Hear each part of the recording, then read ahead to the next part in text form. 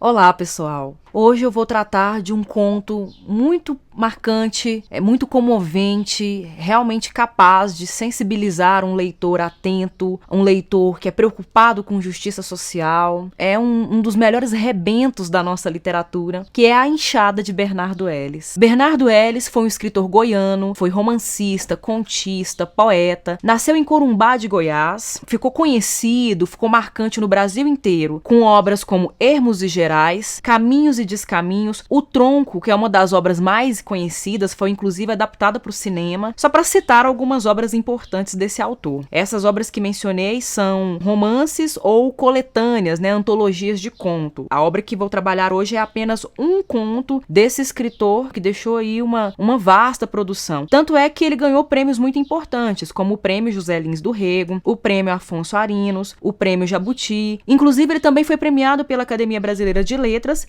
da qual fez parte, sendo o primeiro escritor goiano a entrar para a Academia Brasileira de Letras e ter todo esse reconhecimento. O que é importante também ressaltar na obra do Bernardo Ellis é que ali naquele texto, ele traz registros que aproximam muito da realidade goiana. A linguagem, a cultura, o folclore, as superstições do ambiente rural, do interior de Goiás, tudo isso aí é evocado em sua obra. Quando ele vai trabalhar esses elementos, ele dá muita ênfase à vida rural, ao homem sertanejo, ao homem do campo, utilizando uma linguagem muito verossímil para esse roceiro, digamos assim, O Bernardo Ellis evidencia uma realidade muito dura, brutal e cruel dessa vida, Dessa vida que parece que está pronta para embrutecer o sujeito, um sujeito que vive numa situação de pobreza, numa situação de miséria, de escassez.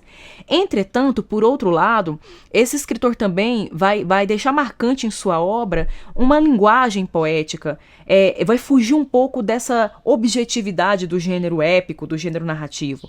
Há um narrador ali que conta a história de uma maneira muito objetiva, direto ao ponto, mas há muita poeticidade, há muito lirismo na linguagem desse narrador e na composição dos seus personagens. Essas características muito próprias e foram muito bem utilizadas, muito bem desenvolvidas na obra do Bernardo Ellis, o coloca em posição de destaque, de relevância e de importância não só goiana, mas nacional. É um escritor que ao ser estudado, ao ser lido, abordado criticamente, muitas vezes é colocado ao lado, é feita a leitura dele paralela à leitura de Guimarães Rosa. Também escritor importante, escritor relevante para a literatura brasileira, ressignificando a linguagem, dando foco, dando uma ênfase especial à vida rural, à vida dos simples, dos humilhados e ofendidos que ficaram ali esquecidos porque não pertencem aos grandes centros urbanos, mas ao serem descritos e ao serem desenvolvidos dentro desses enredos de autores da narrativa, mas tão poéticos, eles acabaram ganhando uma dimensão de sabedoria,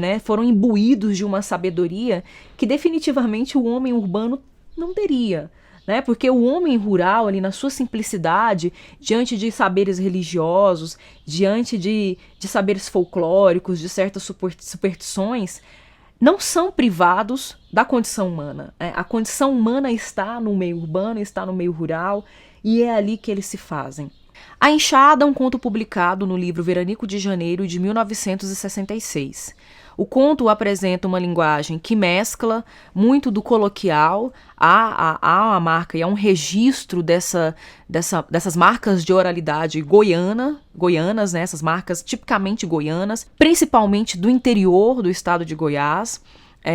O modo como esse homem do ambiente rural fala, desse homem simples, desse homem da roça, mas também há uma construção verbal, a construção da linguagem aponta muito para o poético, Há recursos linguísticos que evidenciam o emprego de figuras de linguagem e a construção de ideias, a construção dos personagens, o desenvolvimento dessas personagens também apontam para essa subjetividade, para essa poeticidade que o conto carrega em si. Então há uma mescla, Há uma mescla que eu já tinha falado anteriormente sobre a questão da objetividade narrativa, mas há também um certo subjetivismo, um certo lirismo.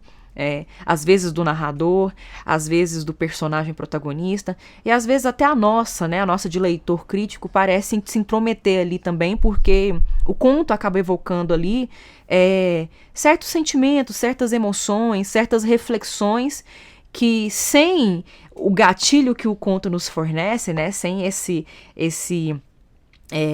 essa possibilidade que o conto acaba fornecendo para a gente aprofundar nessas reflexões, seria muito mais difícil, talvez seria muito mais superficial, muito mais rasa, né? Como eu tinha falado, o conto A Enxada foi publicado em 1966 no livro Veranico de Janeiro. Mas a edição que eu estou usando é essa, da Editora Global, é uma antologia de melhores contos. Aqui aparecem outros contos do Bernardo Ellis que merecem aparecer no canal, vão aparecer num outro momento. É uma leitura que flui, você senta e você realmente faz aquilo que o Julio Cortázar propõe no texto dele lá. Tá lá no livro Valise de Coronópio, alguns aspectos do conto, que ele vai falar dessa leitura do conto. Um conto bom propõe um nocaute. Enquanto que o romance vence por acúmulo de pontos, o conto vence por nocaute. E os contos aqui realmente nocauteiam o leitor. São nocautes literários mesmo. É como se você não quisesse parar. Esse conto gira em torno da luta de Supriano, que é o personagem protagonista, conseguir uma ferramenta de trabalho. Ele precisa plantar arroz nas terras de Capitão Eupídio. Ele precisa de enxada para poder fazer isso. Acontece que Supriano não tem a enxada. No conto, o apelido dele é Piano. Ele acaba sendo mais conhecido pela população e o narrador se refere a ele com mais frequência como Piano. Mas Supriano, seu nome, faz referência mesmo à sua condição. É como se fosse um trocadilho. Supriano está relacionado a suprimido. Ele é uma figura suprimida, enfraquecido, empobrecido. É um homem negro que acaba parando nas terras de Capitão Eupídio para plantar arroz, para trabalhar para ele, numa situação de escravidão. Ele é entregue como escravo, porque ele não pode trabalhar em outro lugar para receber uma remuneração, para exercer uma profissão de fato.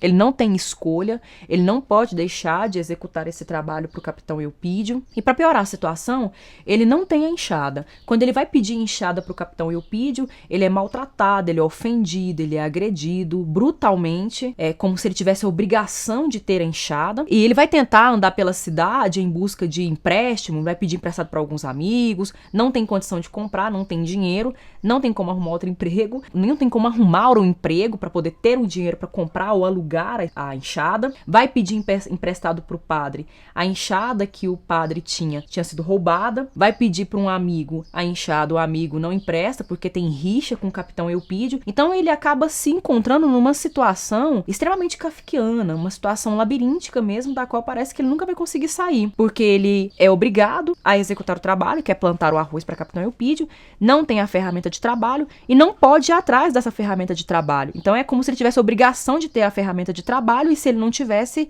ele seria proibido de executar esse trabalho. Mas é interessante porque no meio de todo esse cenário tão opressor, tão brutal, né, a vida do Supriano é carregada de mazelas. A condição dele é muito miserável. É até mais miserável do que a própria condição humana, porque é agravada ali pelas suas péssimas condições sociais, pelo modo como ele é marginalizado dentro da sociedade. E esse sujeito tinha tudo para ser embrutecido pela vida, né? Porque, embora o apelido dele seja Piano, ele não é imbuído desse valor, dessa classe, né? Dessa delicadeza que costuma ser atribuída ao instrumento musical. É um instrumento musical dos mais considerados. Mas, por outro lado, mesmo tendo tudo para ser embrutecido pela vida e não sendo devidamente tratado de forma humana, humanizada, o Piano não é esse ser brutal. No início do conto, nós temos a seguinte descrição: Supriano era feio, sujo, maltrapilho, mas delicado e prestimoso como ele só. Esse delicado e prestimoso coloca Piano no lugar desse instrumento musical que também é imbuído de valor, né? Prestimoso é valoroso, que tem préstimo, que serve para alguma coisa, que é considerado de alguma forma. E também delicado, há essa delicadeza. E de fato, você lê o conto inteiro, você vê que todas as portas se fecham diante dessa figura, diante desse personagem. Nós, como leitores, reagimos, ficamos desesperados. Conto, quando chega ao seu clímax, permite uma experiência de leitura desesperadora e desesperada para nós leitores, que é difícil de escrever, e o personagem permanece resignado,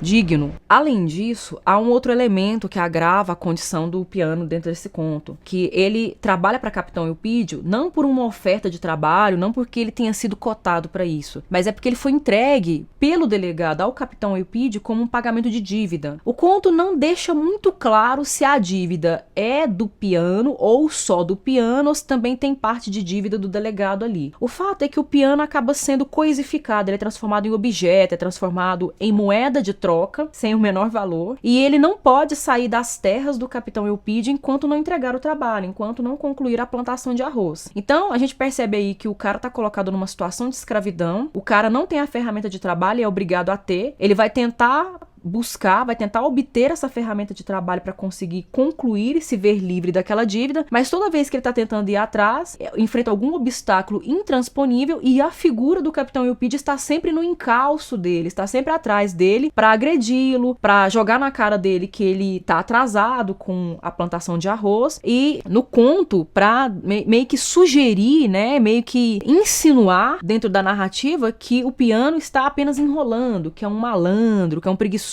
que é um espertalhão. Além disso, o conto sutilmente deixa, na fala dessas personagens que marginalizam o piano, deixa sutilmente evidente, nos mostra que o piano é negro. Então nós temos um homem negro, pobre, casado com a Olaia, casado com essa mulher que é entrevada das pernas, então ela não consegue andar direito, não tem como trabalhar também para ajudar em casa, ela se arrasta quando ela vai se locomover, e o filho de piano, ele tem problemas mentais, então ele não consegue também ter uma vida social, não consegue ter esse lugar social adequado para executar um trabalho mediante a condição dele. Então nós temos uma figura, um personagem que deveria estar mesmo às raias do desespero, porque todas as portas estão fechadas ou estão se fechando diante dele, mas ainda assim ele permanece delicado e prestimoso como o belo instrumento musical piano.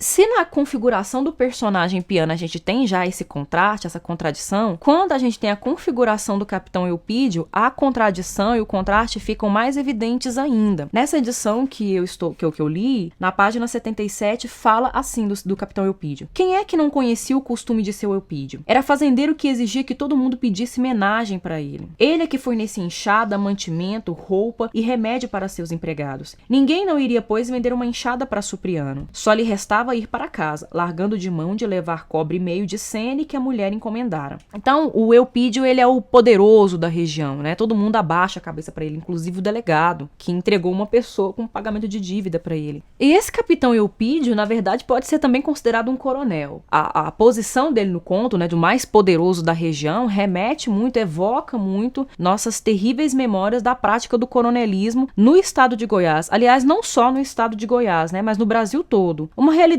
triste, dura, brutal, que de certo modo não foi completamente extinta, não foi completamente acabada. Outra coisa, inclusive, que também na nossa realidade é muito presente, é essa situação de trabalho do piano dentro do conto, né? Essa situação dele de escravidão. Literalmente aqui nós temos um escravo. No nosso Brasil do século XXI, nós temos muitas pessoas que vivem, que trabalham em situação análoga à escravidão, né? Todo ano temos denúncias de grandes empresas, de grandes estabelecimentos que tratam seus funcionários nessa situação mesmo degradante, de tirar a dignidade profissional e social do sujeito. O sujeito não trabalha mais por uma realização pessoal, para garantir o atendimento e a manutenção das diversas áreas de sua vida. Trabalha apenas para sobreviver. Tem o que? Comida, tem moradia, tem roupa. Isso aí não deveria ser obrigação de um patrão, de um empregador fornecer. Ele tem que oferecer uma remuneração digna para que o sujeito, para que o indivíduo consiga obter esses itens básicos de sobrevivência, mas algo mais, né? Essas outras coisas que muitas vezes o senso comum considera supérfluo, como lazer, entretenimento, como tempo de descanso, como tempo ocioso, como um tempo só para si que o indivíduo deveria ter, que na verdade não são supérfluos, né? O senso comum é justamente chamado assim porque ele está equivocado, né? É algo que é estabelecido, mas não é devidamente refletido. Essas coisas não são supérfluas, elas são importantes. Piano não tem isso aqui. Muitos trabalhadores brasileiros no século XXI também não têm isso. Aliás, para aprofundar um pouco mais a reflexão, eu deixo aqui para vocês uma indagação. Não é bem uma pergunta, mas é uma indagação. No Brasil do século XXI, quantas pessoas vocês conhecem? Quantas pessoas vocês têm notícia de que sem a ferramenta de trabalho não conseguem executar o trabalho? Essa ideia de que você tem tudo à mão, que você